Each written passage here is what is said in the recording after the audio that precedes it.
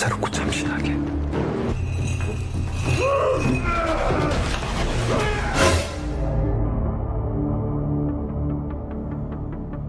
국지성 호우주의보가 내려. 특히 이번 비구름은 Seorang reporter bernama Sunju dihubungi oleh seorang pembunuh berantai yang telah menghabisi 11 orang. Dia meminta Sunju untuk mewawancarainya. Jika Sunju bersedia, dia akan memberikan kesempatan Sunju untuk menyelamatkan nyawa korban lainnya. Karena malam itu dia berencana akan menghabisi orang lagi. Didampingi oleh kekasihnya yang seorang polisi bernama Hansang, Sunju pun bersedia untuk bertemu dengan si pembunuh. Kemudian Sunju meminta Han untuk menurunkannya di dekat hotel yang sudah dipesan oleh si pembunuh. Dia pun menuju ke resepsionis dan meminta kunci kamar atas namanya yang sudah dipesan juga oleh si pembunuh. Tapi Sunju tampak sedikit gelisah saat melihat jika teknisi sedang memperbaiki semua kamera CCTV di dalam hotel tersebut. TV로 이상으로 회전 교체 작업 중입니다. Sebelum masuk ke kamar, Sunju memasang alat pendengar dan menduplikat kunci kamar agar Han yang tepat berada di bawah kamar itu bisa mendengar dan juga masuk ke dalam jika Sunju dalam bahaya.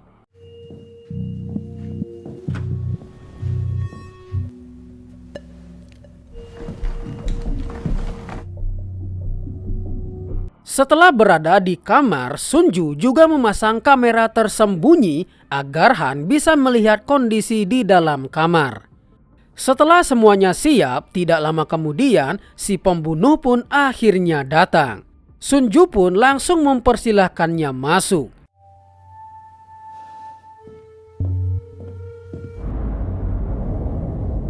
Dari penampilannya, Sunju sempat ragu jika orang ini merupakan seorang pembunuh berantai karena terlihat sangat rapi dan berpendidikan.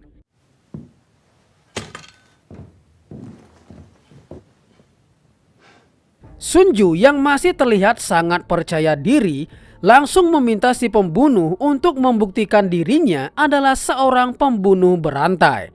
Karena dia tidak ingin membuang waktunya hanya untuk hal yang tidak berguna. Melihat Sunju yang ragu kepada dirinya, si pria pun langsung menunjukkan rekaman dirinya saat menghabisi para korbannya. Ketika Sunju melihat rekaman tersebut, seketika membuatnya bergidik ngeri. Tapi dia berusaha untuk tetap tenang. Sekarang barulah Sunju percaya jika pria di depannya adalah seorang psikopat berdarah dingin. Dengan sedikit gugup, Sunju pun memulai wawancaranya. Dari sini barulah diketahui jika si pria merupakan seorang psikiater spesialis. Jadi si pria menghabisi nyawa korbannya dengan tujuan pengobatan kepada pasiennya. Karena diketahui jika ke-11 korbannya memiliki catatan kriminal dan lebih seperti sampah masyarakat. Dia mengatakan jika semua korbannya merupakan parasit bagi pasiennya. Mendengar hal itu, Sunju pun merasa aneh. Kenapa si dokter justru ingin diwawancarai? Karena hal itu akan mengungkap semua kejahatannya kepada publik. Si dokter berkata jika dia percaya pada Sunju. Selain itu, mereka juga sudah membuat perjanjian.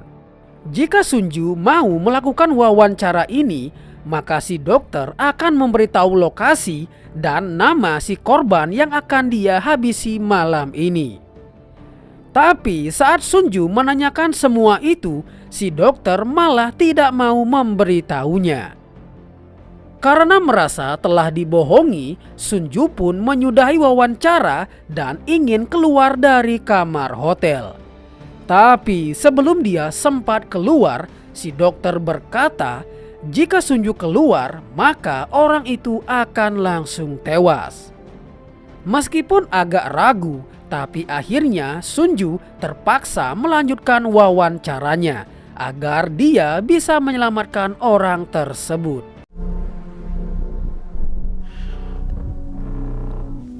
그럼 이번 사건과 관련해서 Kemudian Sunju pun mulai bertanya, apa motif dari si dokter melakukan semua kejahatannya.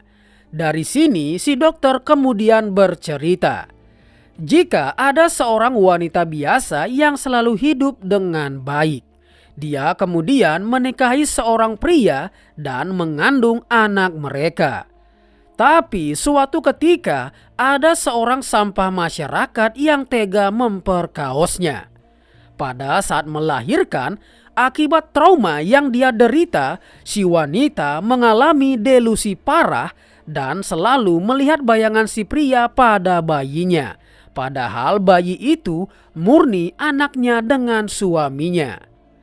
Tapi karena delusinya yang parah, dia lebih memilih terjun dari atas gedung sambil memeluk anaknya, yang mengakibatkan mereka berdua tewas. Dan tebak siapa suaminya? Dia tidak lain adalah si dokter itu sendiri. Sejak kejadian itu, yang tersisa pada si dokter hanya sebuah keputusasaan. Fakta jika dia sendiri tidak bisa menyembuhkan delusi pada istrinya membuat kebanggaannya sebagai seorang psikiater menjadi hilang. Tapi dari situ tujuan hidupnya yang baru telah muncul, yaitu balas dendam. Si dokter yang mengikuti persidangan si pelaku semakin membuatnya terpuruk. Karena si pelaku hanya mendapatkan hukuman selama 4 tahun. Sama sekali tidak setimpal dengan apa yang menimpa istri dan anaknya. Oleh karena itu, setiap harinya dia melakukan penelitian agar balas dendamnya bisa sesakit mungkin. Tapi saat waktu kebebasan si pelaku, dia malah dinyatakan tewas di dalam selnya. Di momen itu, si dokter merasa hidup segan mati pun tak mau. Dia benar-benar telah kehilangan arah. Tapi ada satu momen yang membuatnya merasa dilahirkan kembali sebagai seorang dokter. Hari itu dia ditemui oleh seorang pasien, seorang pria biasa yang sangat menyayangi keluarganya. Tapi hidupnya seketika hancur saat ada seorang pengemudi mabuk yang menabrak istrinya sampai tewas. Sedangkan putranya yang berusia 8 tahun menjadi koma. Dan beberapa tahun kemudian dia kembali melihat si pria yang menabrak istrinya. Sontak rasa ingin balas dendam muncul dalam dirinya. Tapi saat ingin menabrak mobilnya, dia kembali teringat dengan keluarganya. Hal itu pun membuatnya mengurungkan niatnya. Mendengar cerita dari si pria, si dokter langsung bisa merasakan penderitaan yang dia alami. Dan tanpa diduga, dia berkata, "Apakah aku perlu menghabisinya?" Awalnya si pria kaget mendengar perkataan si dokter. Tapi saat si dokter menceritakan kisahnya, si pria pun langsung setuju. Karena itulah resep obat yang paling ampuh untuk si pasien. Dari sinilah awal mula si dokter menjadi seorang pembunuh berantai. Dan dia melakukan aksinya dengan sangat rapi sehingga sulit untuk dipecahkan. Ternyata pengobatan tersebut sangat ampuh untuk mengobati luka yang dialami pasien. Karena bagi para korban, untuk menghapus ingatan luka yang mereka alami hampir sangat mustahil. Tapi si dokter bisa mengurangi rasa sakit yang ditimbulkan akibat luka tersebut dengan cara balas dendam. Sunju kemudian lanjut bertanya, apakah dengan melakukan semua itu, si dokter merasa telah melakukan tugas dan tanggung jawabnya sebagai seorang dokter? Si dokter pun balik bertanya, apakah Sunju sudah melakukan tugas dan tanggung jawabnya sebagai seorang reporter? Karena seharusnya dia memanggil polisi, bukan malah datang hanya untuk menyelamatkan satu nyawa. Atau sebenarnya tujuan Sunju hanyalah untuk mendapatkan berita eksklusif. Karena tidak percaya, si dokter kemudian melakukan keahliannya untuk mengetahui kebenarannya. Meskipun Sunju tetap pada perkataannya, tapi tubuhnya tidak bisa berbohong. Namun si dokter tidak mempermasalahkan hal itu. 그런 치열한 생태계에서는 적인 결과를 가져올지도 모른 채 말이. Tidak lama kemudian layanan kamar pun datang. Tapi si dokter langsung menghabisinya dengan suntikan khusus. 누가 앞장서시죠? 저 아세요? Melihat hal itu di depan matanya tentu saja membuat Sunju ketakutan. Si dokter menjelaskan jika pria itu adalah sampah masyarakat karena dia diam-diam merekam aksi penyerangan seksual terhadap wanita yang tidak bersalah dan memerasnya agar memberikan uang selama 3 tahun terakhir. Akibat hal itu si wanita bahkan sampai memutuskan pertunangannya. Ternyata sambil melakukan wawancara, si dokter juga melakukan pengobatan terhadap si wanita yang merupakan pasiennya. Tapi pria itu bukanlah orang yang akan dihabisi oleh si dokter malam ini. Sunju yang sudah kena mental mencoba untuk tetap melanjutkan wawancara. Dia bertanya apa yang selanjutnya si dokter lakukan setelah aksi pertamanya. Si dokter mengatakan jika hanya menunggu pasien datang rasanya seperti mengabaikan tugasnya. Maka dari itu dia sendirilah yang mencari pasiennya dengan cara menjadi sukarelawan di berbagai pusat konseling psikologi. Dan sama seperti pasien pertamanya, si dokter menemukan banyak orang di luar sana yang mengalami luka yang menyakitkan. Dia pun menghabisi semua sampah masyarakat tersebut dan memperlihatkannya pada para korban. Melihat reaksi para korban, dia pun kembali bangga menjadi seorang dokter karena berhasil mengurangi luka yang dialami pasiennya. Selain itu, si dokter juga berkata, kadang-kadang ada beberapa pasiennya yang merasa bersalah. Untuk hal itu, si dokter juga mengobatinya menggunakan cara hipnoterapi. 부작용 말이죠. 그래서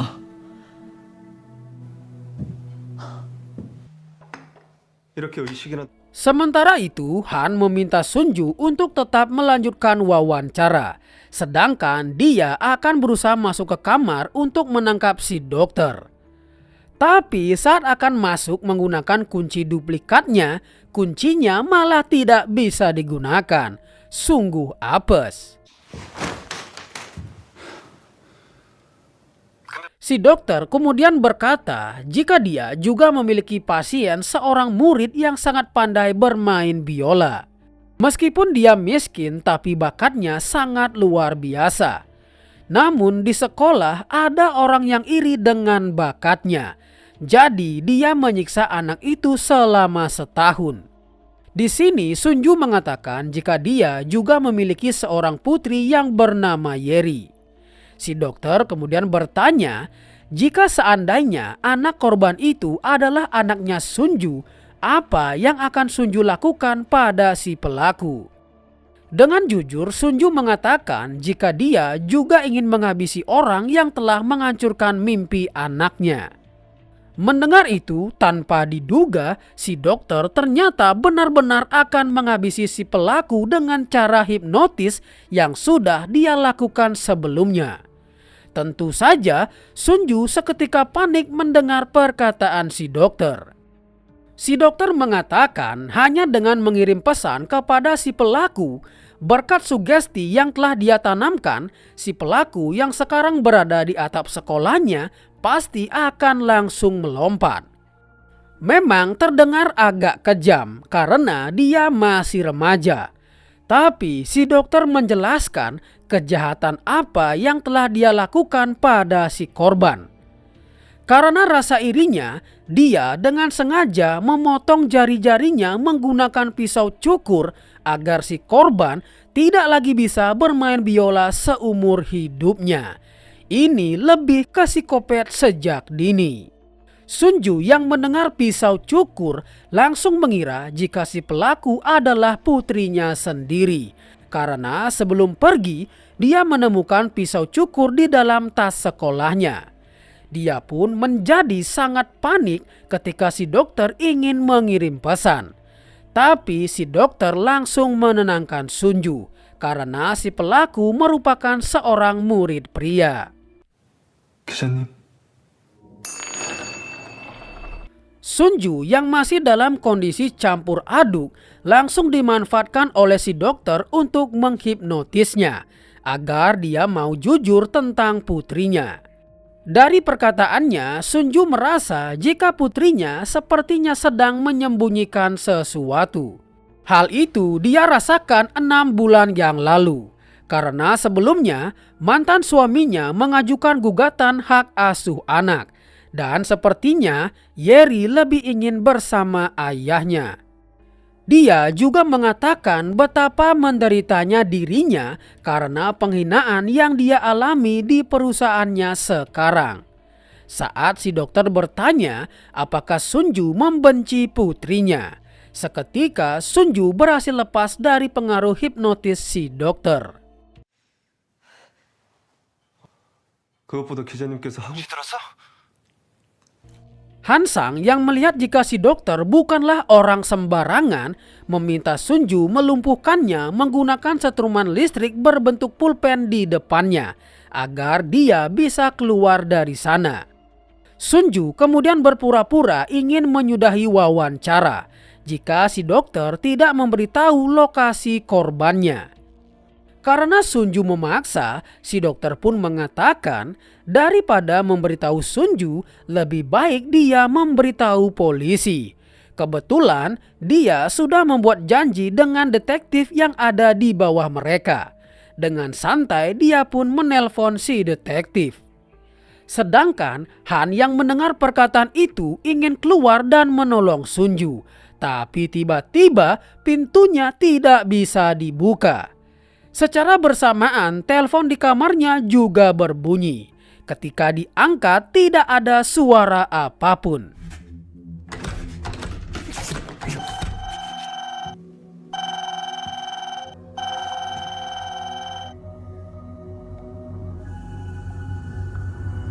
Di sini akhirnya sebuah fakta terungkap. Jika sebenarnya si dokter sudah tahu jika selama ini Sunju berkomunikasi dengan Hansang. Tapi dia mengatakan Han tidak akan datang karena sekarang dia pasti sudah tertidur akibat gas di ruangannya. Merasa rencananya sudah terbongkar, Sunju mencoba menyerang si dokter. Apesnya malah dia sendiri yang disetrum. 가요.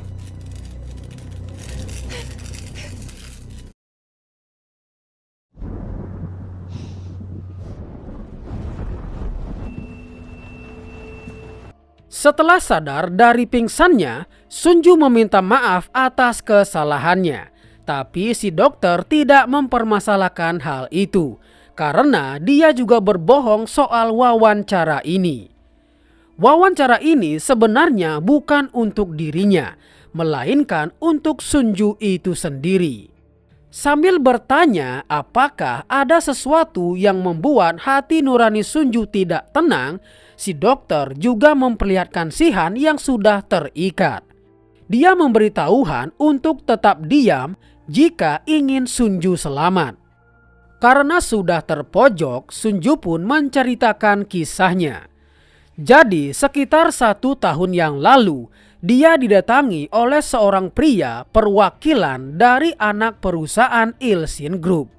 Si pria mengatakan jika dia memiliki informasi internal untuk dibocorkan. Dia mengatakan jika perusahaannya membuang limbah beracun ke sungai Yongsan karena kelalaian. Untuk menutupinya, mereka menyuap jaksa dan politisi. Dan dialah yang mengelola dana gelap untuk hal itu. Kemudian Sunju mulai mengumpulkan bukti melalui wawancara mendalam. Tapi tepat saat laporannya hampir selesai, buku besar yang Sunju sembunyikan di rumahnya sebagai tindakan pencegahan malah dicuri oleh seseorang. Dan tepat di malam itu juga si pria tewas ditabrak. Dengan begitu, semua bukti dan saksi pun telah menghilang. Dan sekitar sebulan lalu, Departemen Audit di perusahaannya Sunju mendapatkan laporan anonim yang menuduh Sunju telah bekerja sama dengan Ilsin Group untuk mencuri buku besar itu. Meskipun itu laporan tanpa bukti, tapi perusahaan lebih percaya itu daripada perkataan Sunju. Dan sebuah plot twist terjadi lagi. Karena faktanya orang yang menelpon perusahaannya Sunju adalah si dokter itu sendiri. Si dokter melakukan hal itu agar Sunju mau datang ke hotel ini bukan untuk dicelakai melainkan untuk dirawat.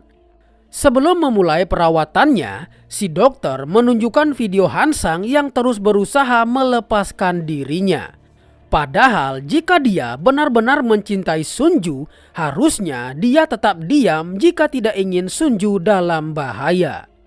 Si dokter mengatakan sesuatu yang membuat Sunju kembali tidak percaya. Karena faktanya Hansanglah yang mencuri buku besar milik Sunju. Si dokter kemudian menjelaskan, dulunya Hansang memanglah pria yang baik. Dia seorang polisi yang sangat jujur. Oleh karena itulah sindikat kriminal menjebaknya. Pada suatu hari seorang wanita ditugaskan untuk mendekati Hansang. Karena para si wanita yang cantik dan seksi tentu saja membuat belut Hansang terus memberontak. Sampai akhirnya mereka bercocok tanam. Tapi disinilah awal mula kehancuran karirnya. Sejak saat itu dia hanya menjadi budak yang membocorkan detail investigasi ke para kriminal. Dan kenapa Han juga mencuri buku besar milik Sunju? Si dokter menjelaskan jika anggota dari Ilsin Group yang menyelidiki Sunju ternyata juga berhubungan dengan Hansang. Dengan memanfaatkan hubungan mereka dengan komisaris polisi, mereka berjanji akan menjadikan Han sebagai kepala investigasi di Badan Kepolisian Nasional. Han yang hidupnya sudah hancur berpikir akan bisa menghancurkan sindikat kriminal yang menguasainya. Tapi Ilsin Group yang mengetahui kelemahan dari Han tentu saja hanya ingin memanfaatkannya dan membungkamnya. Pada akhirnya, Han sama sekali tidak mendapatkan apapun dari usahanya. Dan plot twist kembali terjadi saat si dokter mengatakan jika bagian pentingnya bukanlah hal itu. Karena saat Han mencuri buku besar itu, ada saksi yang melihatnya yang tidak lain adalah putrinya Sunju yaitu Yeri. Untuk membungkam Yeri, Hansang memutuskan untuk memperkaosnya. Sungguh tidak terduga. 일단 학원을 빼먹고 집에 일을 막아야 했죠. 그래서 Sebagai seorang ibu, Sunju pun langsung lemas mendengar perkataan dari si dokter. Dia meminta si dokter untuk membuktikan semua perkataannya. Dengan tenang, si dokter meminta Sunju untuk menelpon putrinya. Setelah mendengar putrinya tahu tentang si dokter, seketika membuat Sunju tidak bisa berkata-kata. 했다면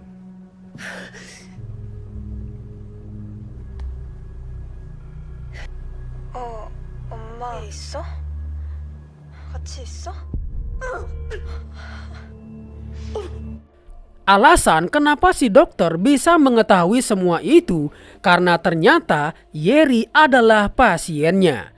Itu artinya orang yang akan dihabisi oleh si dokter malam ini adalah si Hansang.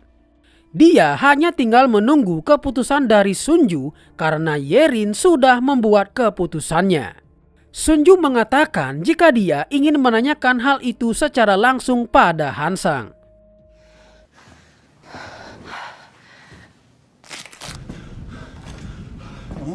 진짜야? Dia yang dalam keadaan emosi langsung berteriak kepada Han dan bertanya apakah benar dia melakukan hal itu pada putrinya. Awalnya dia sempat tenang dengan perkataan dari Han, tapi dia kembali mengingat ekspresi putrinya. Ketika dia lengah, Han berhasil merebut pistol dari tangannya Sunju. Di sini dia pun mengakui semua kejahatannya. Dan itu pun dia lakukan karena tidak ada pilihan lain karena hidupnya sudah hancur. Dengan teganya, dia malah menghajar Sunju. Saat Sunju terpojok, si dokter datang untuk menghentikan aksinya. Han yang sudah muak dengan semua ini ingin menembak si dokter karena telah membocorkan rahasianya. Tapi apesnya, pistol tersebut tidak ada pelurunya. Ketika dia lengah, Sunju berhasil melumpuhkannya dengan obat bius.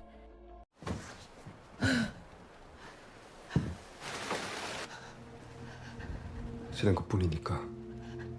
Dari awalnya, Sunju yang melihat jika si dokter adalah seorang penjahat, sekarang mulai berubah setelah dirinya yang menjadi korban.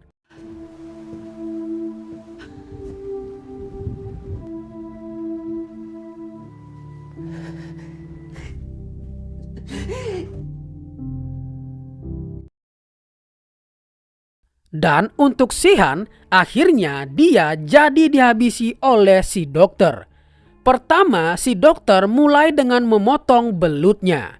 Tamatlah sudah riwayat petugas Han, yang sebenarnya baik tapi menjadi berubah karena dijebak. 예린.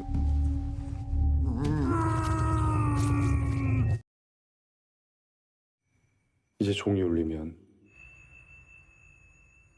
Untuk mengobati trauma dari Yeri, si dokter melakukan hipnoterapi kepadanya. Dan terlihat kondisinya sudah semakin membaik. Ketika Yeri bertanya apakah Han tidak akan muncul lagi, si dokter mengatakan tentu saja. Dia dinyatakan menghilang setelah mobilnya tersapu oleh air sungai yang meluap. Padahal sebenarnya dia sudah dijadikan sosis bakar. Setelahnya, si dokter meminta Sunju untuk masuk. Si dokter kemudian bertanya apakah Sunju tidak ingin mencari pengobatan. Sunju malah balik bertanya apakah si dokter merasa baik-baik saja. Karena pasti tidak mudah untuk membersihkan darah dari tangannya. Dan film pun berakhir. Sumpah epic banget film ini guys. Plot twistnya bertubi-tubi. Gua sarankan kalian wajib nonton versi fullnya.